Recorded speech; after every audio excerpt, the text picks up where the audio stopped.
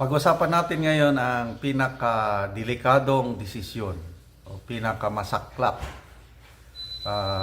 na ginawa ng Pangulong Marcos bilang presidente na naglalagay ng matinding peligro sa mga kapwa nating Pilipino. Dito sa headlines ng Philippine Star ngayon, ang title, Chinese Defense Minister warns of limits to Beijing's restraint on South China Sea. Ang Pangulong Marcos po, nakauwi na sa Pilipinas, nagsalita siya sa Singapore, sa International Institute of Strategic Studies, siya ang keynote speaker. Kailang nandun din ang Chinese Defense Minister. So, pinag-uusapan ang tension sa Asia-Pacific region, lalo na sa South China Sea or West Philippine Sea.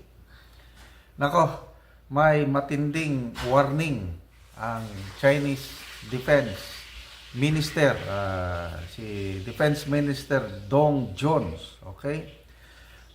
Ito, sabi niya, China has maintained sufficient restraint in the face of rights infringement and provocation, but there are limits to this.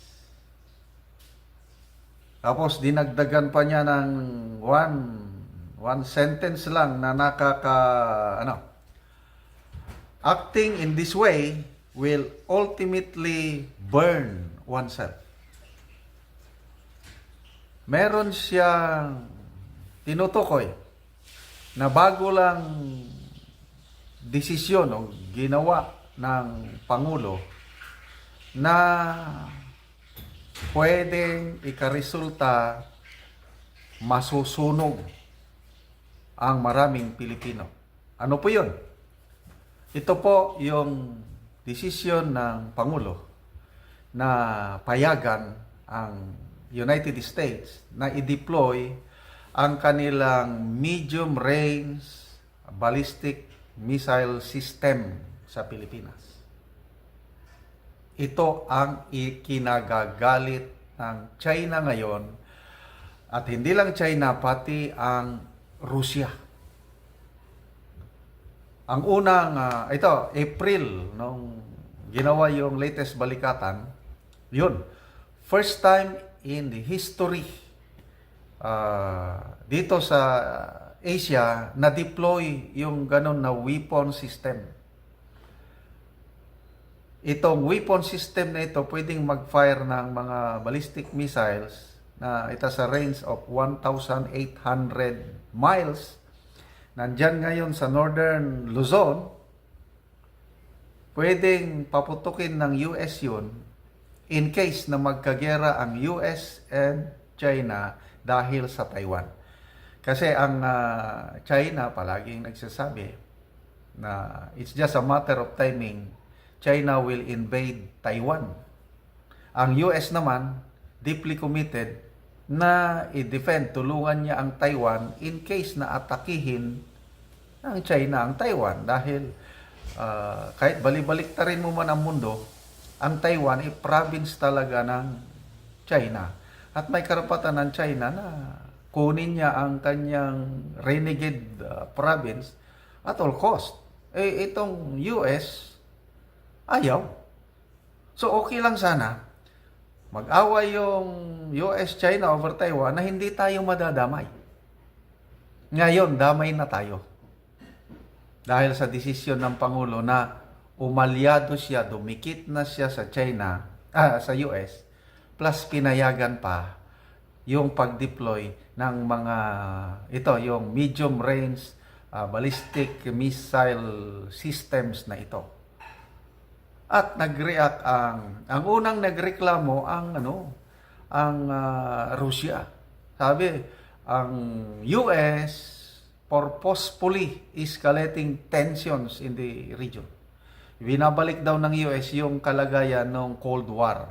At binabalik ng US yung The world is on the brink of nuclear war. Okay, konting history. Noong 1961, muntik na nagka-nuclear war ang US at ang USSR. Anong dahilan? Ang US gusto niyang i-overthrow ang Cuba, yung administrasyon noon ni late President Fidel Castro. Mautak si Castro. Nakipag-secret negotiation sa USSR na tulungan niyo ako at I will be your servant. Pumayag ang USSR. Biglang nag-deploy ng USSR ng kanilang ballistic missiles sa Cuba. Itinutok na sa US.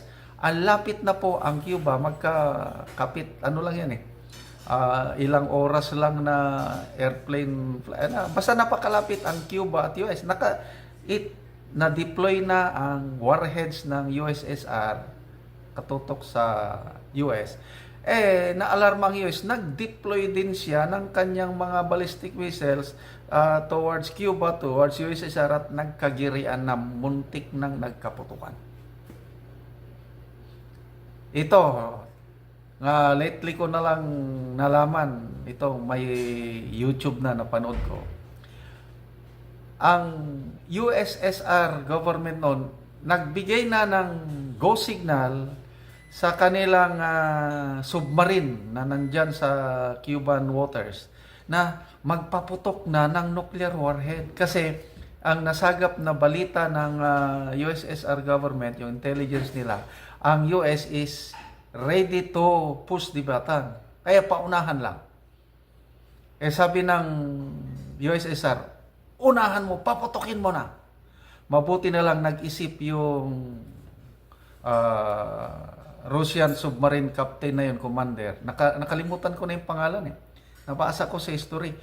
Dinisregard niya yung utos ng kanilang government. Kasi, ang analysis niya, mali yung intelligence na nasagap ng USSR government. So, may utos na napaputokin. Kung sinunod niya yon, I don't know. Baka end of the world na noon. Di niya sinunod and the rest is history. Naligtas pa rin ang mundo. Hindi nagkaroon ng nuclear war. Ngayon, sinasabi ng Russia, dahil sa desisyon ng Pilipinas na pumayag na i-deploy yung ballistic missile system nandito na sa Pilipinas, nako, nagkakagirian naman, bumabalik noong 1961 yung nuclear confrontation USSR versus US. Ngayon, Russia and China versus US. Ang Pilipinas po, naiipit tayo sa posibleng nuclear war na wala naman tayong kalaman. Kung panahon pa ni PRRD, wala lang, diplomasya lang. Hindi naman natin give up ang ating territorial rights or sovereignty. Diskarte lang. Ay iba ang diskarte ng Pangulo natin ngayon, nagtatapang-tapangan. Ano sabi niya? Over the death of one Filipino and West Philippine Sea is an act of war. We will invoke the Mutual Defense Treaty. Okay, sige, i-invoke. Ngayon, nagkabistuhan ang US Defense Secretary Lloyd Austin. Nandun din sa Singapore, tinanong siya ng media. Sinasabi ng Pangulong Marcos na pag namatayan sila ng isang Pilipino sa West Philippine Sea, i-invoke nila ang Mutual Defense System. Anong masasabi mo? Handa ba kayong tumulong sa Pilipinas?